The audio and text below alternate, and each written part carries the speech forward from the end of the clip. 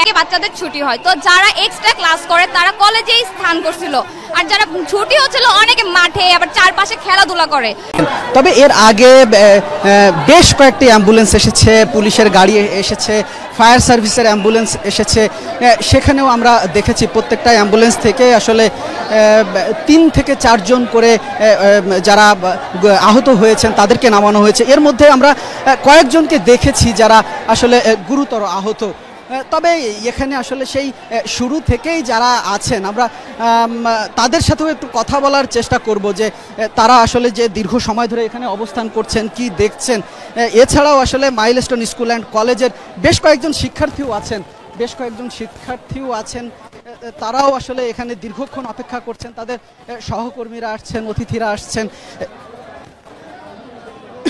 তারা আসলে এখানকার পরিস্থিতিটাও আসলে ভাষায় প্রকাশ করার মতো না।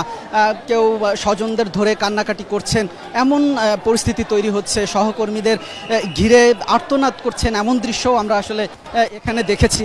তবে